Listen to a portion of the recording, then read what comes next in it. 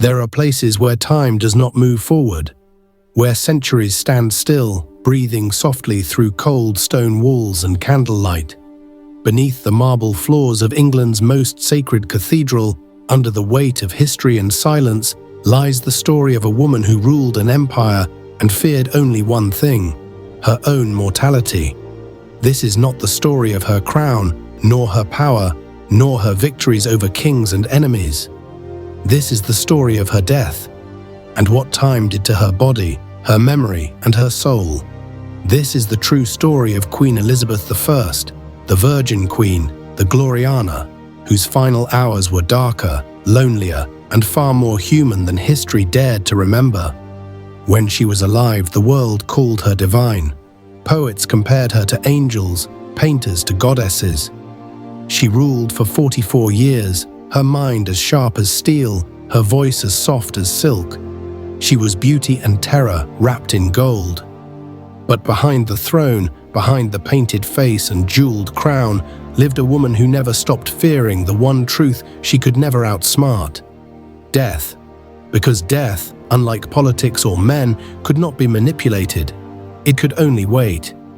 For Elizabeth, death was not an idea, it was a memory. She had seen its face too many times to forget. Her mother, Anne Boleyn, executed when Elizabeth was only 3 years old. Her cousin, Mary, Queen of Scots, beheaded by Elizabeth's own signature, a decision that haunted her dreams until her final breath.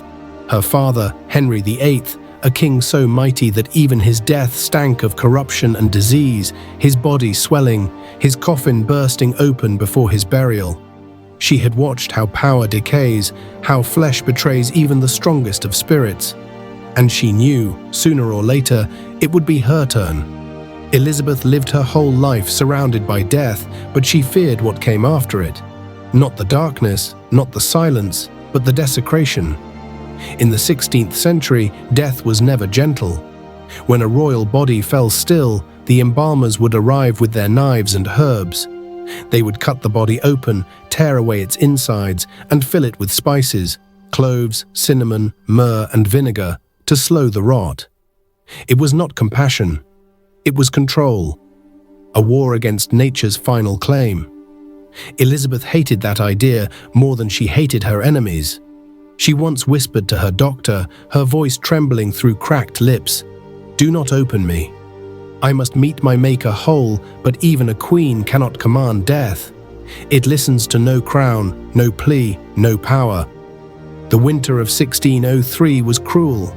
Richmond Palace, her home, had grown quiet. The fire in her chamber had turned to ash. The great queen, now aged and weary, sat alone before a dying flame. For days she refused to eat. She refused to sleep. Her ladies begged her to rest, but she only said, "If I close my eyes, I shall never wake again." And she was right. She had grown thin, almost ghost-like. Her once brilliant eyes had dulled to grey. Her golden hair had faded, her hands trembled, and her breath came in shallow waves. Those who stood near her said she spoke to people no one else could see. She called to her mother, she called to her sister Mary, she called to the cousin she had executed. Maybe she saw them waiting for her on the other side, or maybe they had come to collect her soul. In those final hours, she was no longer Gloriana, the radiant queen. She was a woman, alone, frightened, and painfully human. And then, as dawn approached, her body gave up. The great Queen of England, the woman who had defied empires, fell silent. The Virgin Queen was dead, and in that silence, centuries trembled. Her doctors stood in the doorway, unsure of what to do. Her ladies wept quietly. No one dared speak. The crown had fallen, and the woman beneath it was no longer protected by her power. She was now only a body, a fragile shell that had once carried a nation. Her corpse was carried down the cold corridors of Richmond Palace to a hidden chamber deep below the floors, a place lit by torchlight and filled with the scent of wax and metal. There, on a long stone table, the body of Queen Elizabeth I was laid down. Her golden hair spilled like melted sunlight across the marble. Her skin had turned pale, her fingers stiff. And as the torches flickered, the room filled with a smell that no crown could hide, the smell of death. The surgeons came forward with trembling hands, their tools gleamed in the firelight. They had no choice but to perform their grim duty. The Queen's chest was opened with a long silver knife. The sound of it, flesh splitting, bone cracking, echoed through the chamber like thunder. Her heart, the heart that had carried England's hopes, was lifted from her body, her lungs, her liver, her stomach, all removed. In their place, they packed sweet-smelling herbs, cinnamon, myrrh, cloves. Anything to disguise what was already beginning to rot. There was no gentleness in it, only necessity. They worked quickly, their faces pale. Because they knew that if they failed, if her body burst during the funeral, the shame would destroy the image of their queen forever. It had happened before, to kings whose bodies had exploded under pressure of decay, spilling black fluids onto the marble floors of cathedrals. The embalmers could not let Gloriana meet such an end.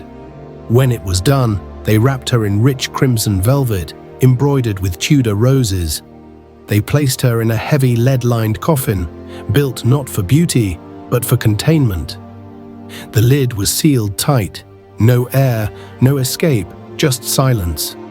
The next morning, the river was grey as steel. London stood still. A royal barge, draped in black, carried the Queen's coffin down the Thames. Church bells tolled across the city.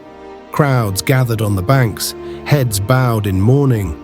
The Queen was dead, and her people watched their golden age drift away down the river. From a distance, it was a picture of majesty, flags, roses, tears. But those standing closest noticed something else, a faint sweet smell. Spices, yes, but beneath them the unmistakable scent of death. Even sealed in lead, the Queen's body was decaying. The gases of death had begun their slow escape, whispering through cracks no one could see. It was a haunting symbol. Even in death, Elizabeth reminded her people that she was human. No perfection, no divinity, just flesh and time. The barge reached Westminster Abbey. The grand bells thundered across London as the coffin was carried inside the cathedral. A cathedral built by kings, now to receive its most famous queen. Candles flickered, priests chanted. The air was heavy with the smell of incense and sorrow. Beneath the marble floor, the tomb was waiting, and beside it lay the coffin of Mary Tudor, her half-sister, her enemy in life, her companion in eternity. Two queens, who had once divided England by fire and faith, now laid side by side in silence. The vault was sealed. The choir fell quiet, and the stones closed over her forever. But death, like history, does not rest easily. For centuries, Elizabeth's tomb lay untouched, her story frozen in marble. Above ground, empires rose and fell, the world moved on. But beneath those stones, something terrible was happening. Time was winning. The wood of her coffin softened, then cracked. The velvet faded, crumbled to dust. Even the lead, meant to last forever, began to warp and sag under the slow, patient pressure of decay. And inside, the body of England's greatest queen, once embalmed with spices, once sealed against corruption, was rotting. Centuries later, in 1870, a man named Dean Arthur Stanley was granted permission to explore the royal tombs beneath Westminster Abbey. He carried a lantern and a notebook. And as he descended into the dark, the air grew thick, heavy, ancient.